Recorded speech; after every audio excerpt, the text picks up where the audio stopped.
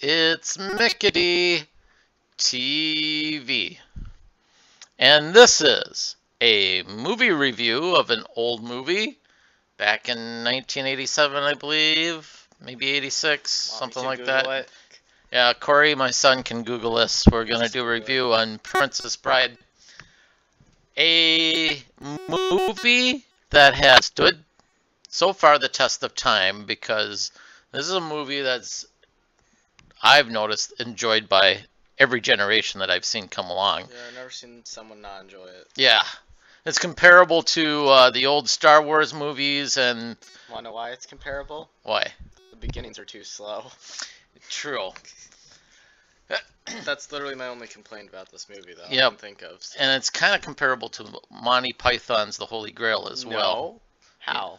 Well, multiple generations like that movie too, don't they? Yeah, I guess. Yeah, I don't know. It's not as popular more recently, I guess. But I suppose. well, you wanna know when it came out? Yeah, what year was it? 1987. 1987. I was correct on that. Okay. So, The Princess Bride. This is a movie I love very much. I just watching it the first time around, I just fell totally in love with it. What about you? I mean, I guess the very first time I watched it, it was like the beginning was very slow, and I thought it was gonna be like this the whole time. But as soon as it was like revealed that the prince was actually a bad guy, not just kind of an antagonist, that helped a lot more, I think. Yeah, that probably It a was lot like more. it felt very weird to have the prince be like this kind of antagonist for a little bit at the beginning, But not totally. I don't know. Movie 9 out of 10. It good. Yeah, I give it a solid 9 at least. I'm like, if I want to be more scientific, like a 9.2 or Not 9.3. scientific, exact. You mean? Or exact, whatever you want to Scientific's call. scientific's the study of nature. Uh, but yeah, I would say 9.4 exactly if I'm being exact. So that's like a 94% out of 100. Yes. Yeah. Would you say this movie's like into two main parts, basically? What do you mean? The first part is basically the intro of the story, and then how they became Wesley and Buttercup I wouldn't fell call in love, those aren't equally sized parts. Those Oh. thing, but yeah, and then I would say it's 3 parts because it goes from the beginning to getting the group together to storming the castle. to storming the castle. Yeah. So the first part's like Yeah. the beginning encompasses the grandpa starting the story, and then it reaches to the end when Wesley and Buttercup escape the forest, and then the prince takes Buttercup away, and Wesley gets captured. Oh yeah, Dad could explain the plot a little bit better. It's basically there's a sick kid and his grandpa reads him the book that is The Princess Bride. That is and The then Princess that's Bride. the way it's being told. Yep. And it's basically a book about these two people that fall in love, and then one had to go away and seek his fortune, and it was rumored that he got killed, and then Buttercup, in remorse, just decided to marry the prince just for the sake of saving the kingdom or something. I don't know why she agreed to marrying the prince. Her father agreed to Her it. father or something Yeah, like it was that. her father. You weren't paying enough attention. So, yeah, so that's what it's about. And then she gets, in reality, the prince just wants to marry her so he can kill her off and say it was Gilder. Gilder, Gilder. the rival country Gilder. He won't stop talking about Gilder at the very beginning. You Yep. never noticed that. He's like, I bet my life on it. I bet my life on it. It's Gilder. bet It's my Gilder. life on If it." she's not alive, I blame it on Gilder. Yep. If she's not alive, I blame it on Gilder. He says it like 5 times. He sounds like a good guy when he says it too, and then Yep. that's what got me. Maybe it was a bit more obvious that he was a bad guy, but It's when you in watch the retrospective, when yeah. you watch the movie over again, when there's the pursuit, when Buttercup gets captured by the 3 circus performers, and then Wesley's giving chase to following her and saving her. The prince is also tracking down the trail, and there's certain parts when you're watching the prince, you can tell he might be a little bit evil if you Yeah. listen to him. Like he says things like, "I always expect things to be a trap. That's why I've been alive so long." It's kind of like almost like a paranoid feeling to him. Yeah. and it's like, but you don't really see that he's truly evil. Mm-hmm. But there's certain parts of it where when you watch it again, him and Count Rugen are looking at each other, and it's like, just like, they're not really totally up and up. Yeah, so let's talk about the characters quickly. All right. So Wesley, the way he came back is as the Dread Pirate Roberts. He never died.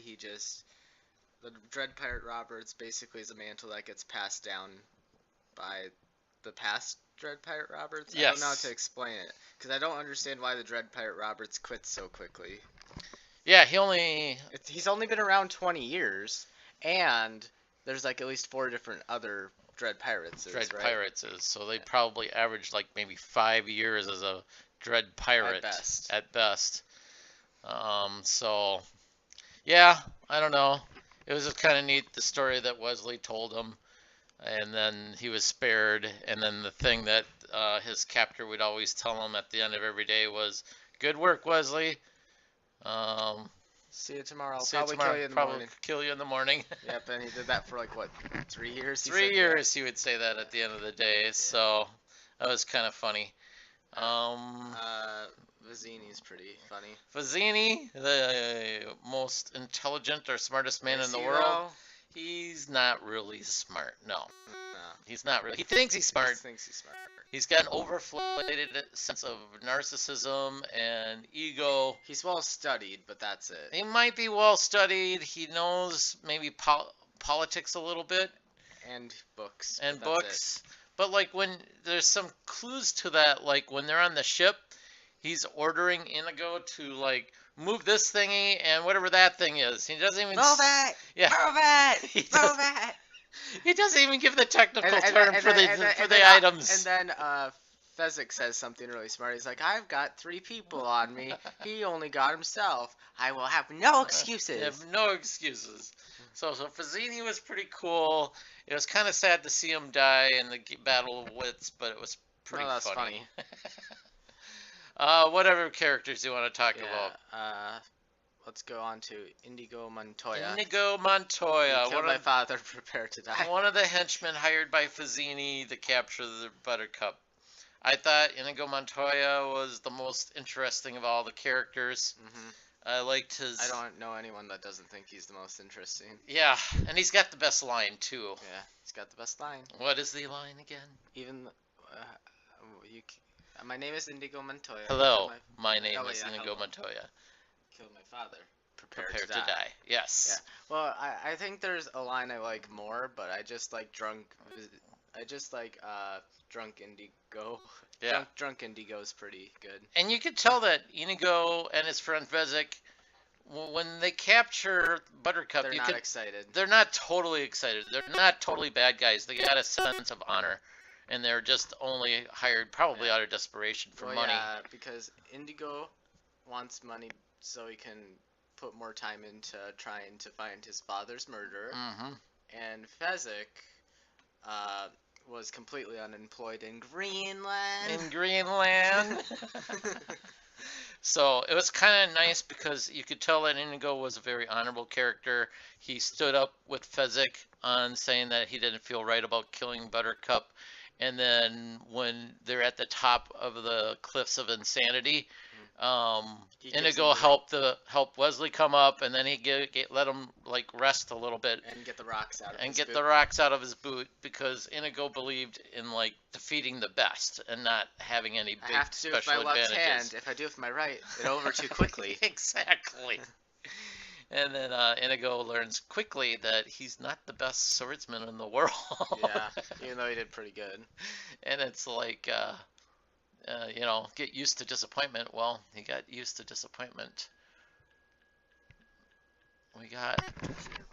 Oops, sorry. I'm touching my volume. Did we get some... No, it's fine. Just stop touching the side of it. We'll take care of this. It's getting to 10 minutes, so we'll do part 2 of our Princess Bride series right after this.